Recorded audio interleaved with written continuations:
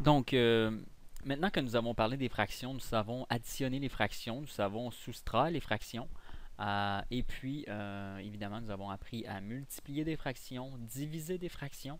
Nous avons aussi appris à représenter visuellement des fractions, à trouver des PGCD, des PPCM et à réduire des fractions. Maintenant, il est temps de comprendre un peu pourquoi des fractions sont si importantes au niveau des mathématiques. Donc, nous allons imaginer une petite mise en situation. Disons que nous avons Kim. Donc, Kim et Joe. Ils ont chacun une piscine.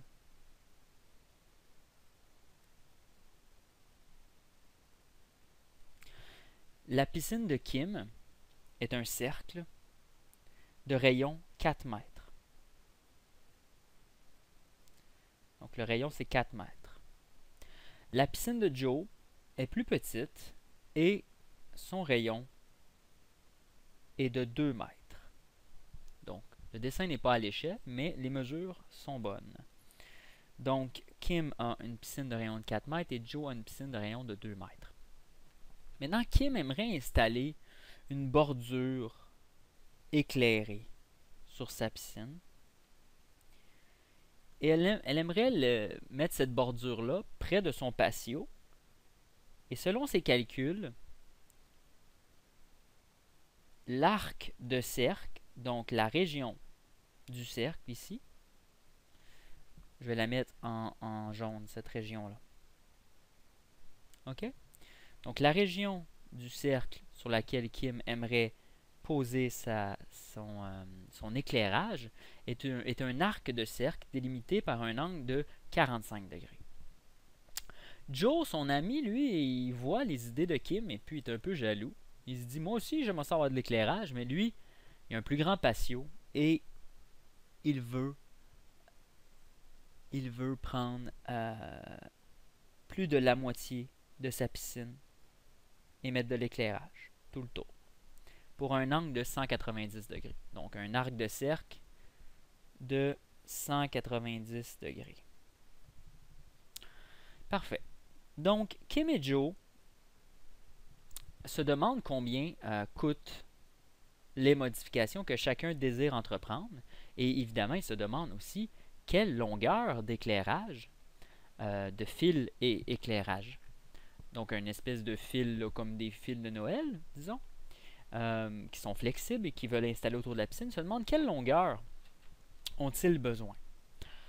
Donc, le prix de l'éclairage, c'est un éclairage de luxe, très très de luxe. Nous allons mettre un prix élevé. Comme je vous dis, c'est un éclairage de luxe. C'est de 600 dollars. 600 dollars par mètre. Donc, à chaque mètre dont ont besoin Kim et Joe, ça coûte 600 dollars. Maintenant, la question, c'est comment faire pour trouver ce que Kim et Joe ont besoin comme longueur. Évidemment, je n'ai pas expliqué dans cette série vidéo les calculs pour cela. Vous devrez donc écouter la série sur le cercle et la géométrie du cercle afin de retrouver les explications sur ces formules. Maintenant, moi, je veux expliquer le rôle des fractions et je vais fournir les formules et expliquer les calculs. Donc, pour Kim, pour trouver la longueur de l'arc, nous utilisons le produit croisé suivant. Donc, pour Kim, nous utilisons le produit croisé 45 sur 360 est égal à quelque chose sur la circonférence qui est 2 pi fois le rayon. Et le rayon de Kim, c'est 4 mètres. Donc, l'équation, comme je vous dis, si vous ne la connaissez pas, ne vous en faites pas. Vous n'avez qu'à écouter la série sur la géométrie du cercle et vous allez l'obtenir. Maintenant, pour Joe, le calcul est similaire. On fait 190 degrés sur 360 degrés, évidemment. C'est égal à encore une fois, on ne sait pas quelle longueur sur la circonférence qui est 2π fois le rayon. Cette fois-ci, le rayon est 2. Donc, après quelques calculs, si on veut savoir la valeur du point d'interrogation, qui est là, on pourrait mettre x, hein, comme une inconnue. Pour l'instant, je mets un point d'interrogation. Donc, on fait un produit croisé. Donc, 45 fois 2π fois 4 sur 360. Qu'est-ce que ça donne, ça? Eh bien, 45 fois 2, ça fait 90. 90 fois 4, ça fait 360. Pi sur 360, ça nous donne pi. Donc, on voit tout de suite ressortir la puissance des fractions. Si j'avais arrondi et simplement pris ma calculatrice, probablement que je trouverais une réponse qui ressemble beaucoup à pi, mais peut-être que je ne ferais pas immédiatement le lien entre toutes les cancellations de 45 fois 2 fois 4 qui donne 360, et ce 360-là étant déjà au dénominateur, ça se cancelle et j'obtiens pi. Si j'entre tout ça dans la calculatrice et que je mets pi en nombre à virgule et que je ne sais pas comment traiter mes fractions, je perds de la précision. Je perds de la précision et des simplifications qui auraient pu se faire ne pourront pas se faire justement parce que des valeurs ont été arrondies. Donc vous allez voir aussi plus en détail au fil du problème comment les fractions sont avantageuses. Maintenant, on effectue le même calcul avec Joe. Donc un produit croisé encore pour Joe. On commence par multiplier la diagonale, ensuite on divise et on a le résultat égal. Et là, pour Joe, on trouve 190 fois 2 fois 2. Donc 190 fois 4, 760. Pi sur 360. Maintenant, il faut canceller et simplifier ces fractions-là. Pour simplifier ces fractions-là, on voit qu'il y a un 0 en haut, un 0 en bas, donc on simplifie. Et 76 divisé par 36, on peut diviser par 2 en haut et 2 en bas, on trouve 38 sur 18. Et encore une fois, par 2 et par 2, on trouve 19 sur 9. Donc, pour Joe, 19 pi sur 9. Maintenant, nous avons des réponses exactes. Nous savons que la valeur de pi que nous avons trouvée ici correspond à la longueur de l'arc de cercle de Kim. Et la valeur de 19 pi sur 9 que nous avons trouvée ici correspond à la longueur de l'arc de cercle dont Joe a besoin pour éclairer sa piscine. Maintenant, on pourrait observer le ratio entre ces deux mesures. Premièrement, constater que 19 pi sur 9, c'est 19 sur 9 fois pi. Et que pi, c'est 1 fois pi. Donc on peut comparer rapidement, si on a bien appris nos fractions, on peut comparer rapidement quelle fraction entre ces deux-là est la plus grande. Donc si vous avez bien écouté les dernières vidéos, vous comprenez que 19 sur 9, ça représente une quantité qui est plus grande que 1. Même si c'est une fraction, elle vaut plus que 1 parce que le numérateur est plus grand que le dénominateur. Donc, cette fraction-là est certainement plus grande que la valeur de pi pour Kim.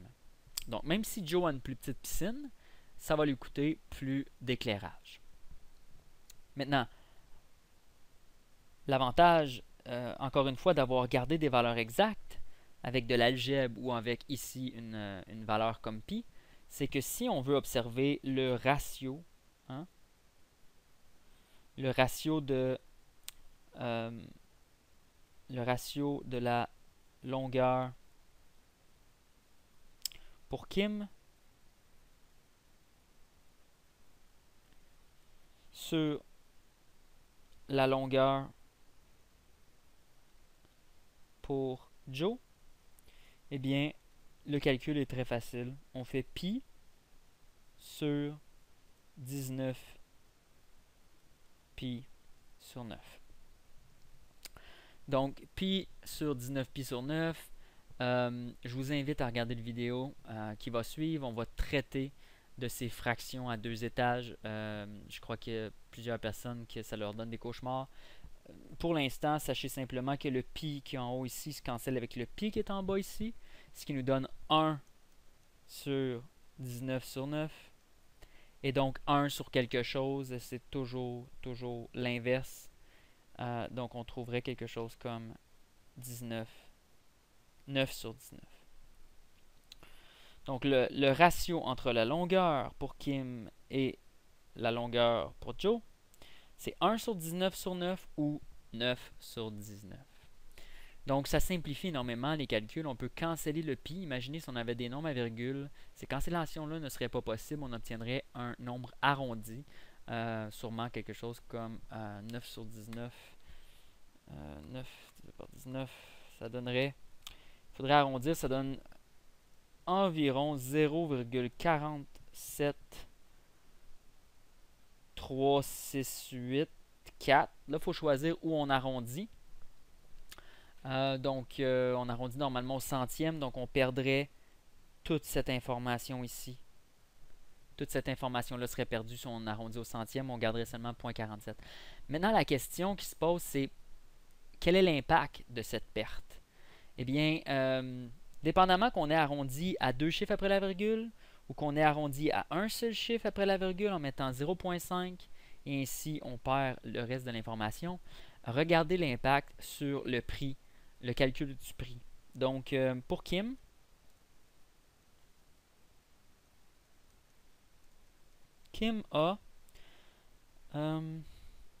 elle a pi mètres. Donc, pi, c'est un nombre irrationnel qui a un développement décimal infini. On n'a pas le choix de l'arrondir si on veut. Si on ne garde pas la valeur pi dans nos calculs, on doit l'arrondir absolument. C'est pour ça qu'en travaillant nos fractions, on est capable de garder soit des valeurs exactes comme des constantes ou des valeurs comme pi. Et ça nous permet des simplifications et des réponses qui sont beaucoup plus exactes. Donc, pi mètre fois 600 $ par mètre. Donc, ça nous donne...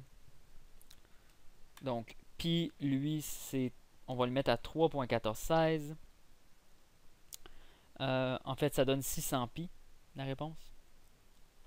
Mais maintenant, on voudrait avoir une idée arrondie. Donc, je vais mettre 3,1416 fois 600. Ce qui nous donne 1884,96 $. Donc, c'est une dépense assez importante pour Kim. Et maintenant, pour Joe.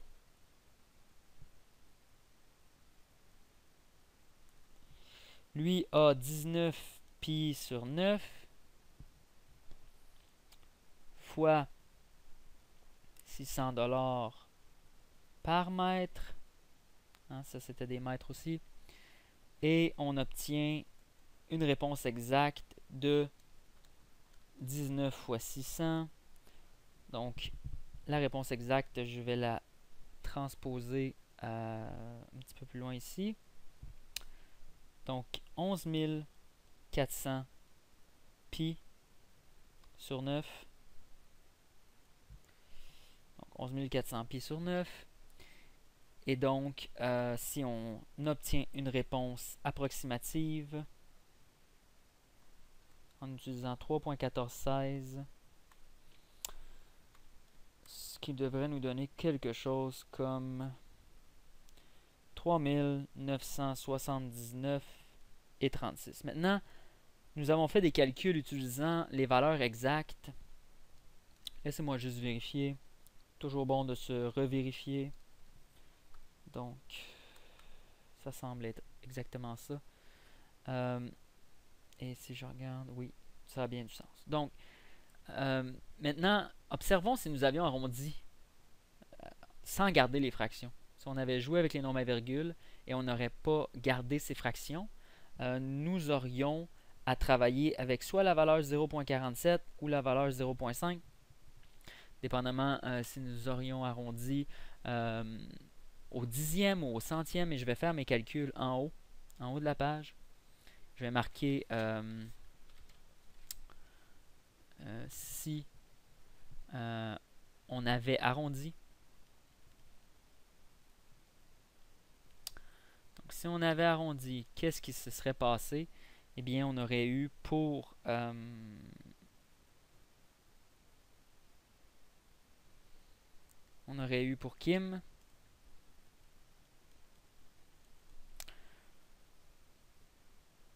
Kim avait pi comme valeur.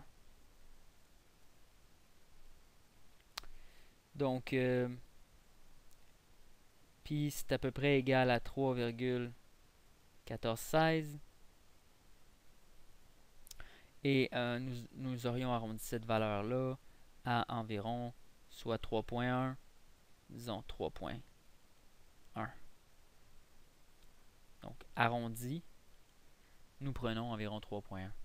Pour Joe, nous avions 19 pi sur 9, ce qui, une fois arrondi,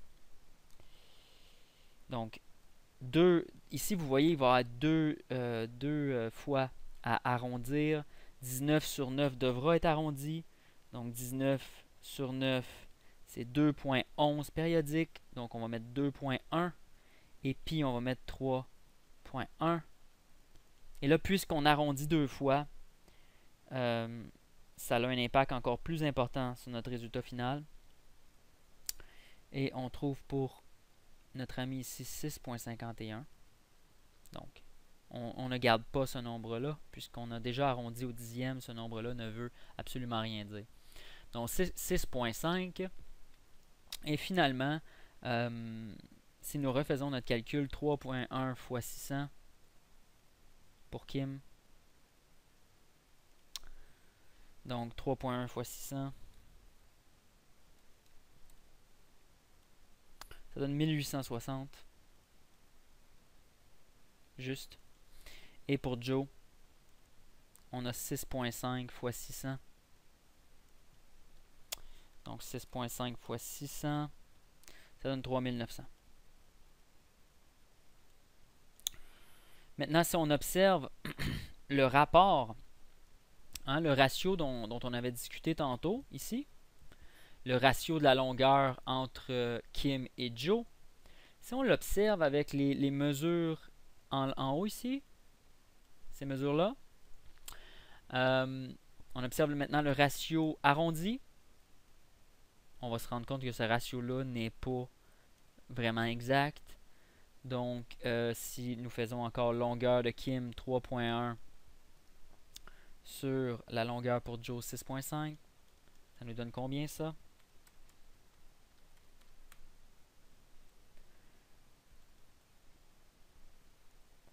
Donc, 0,4769.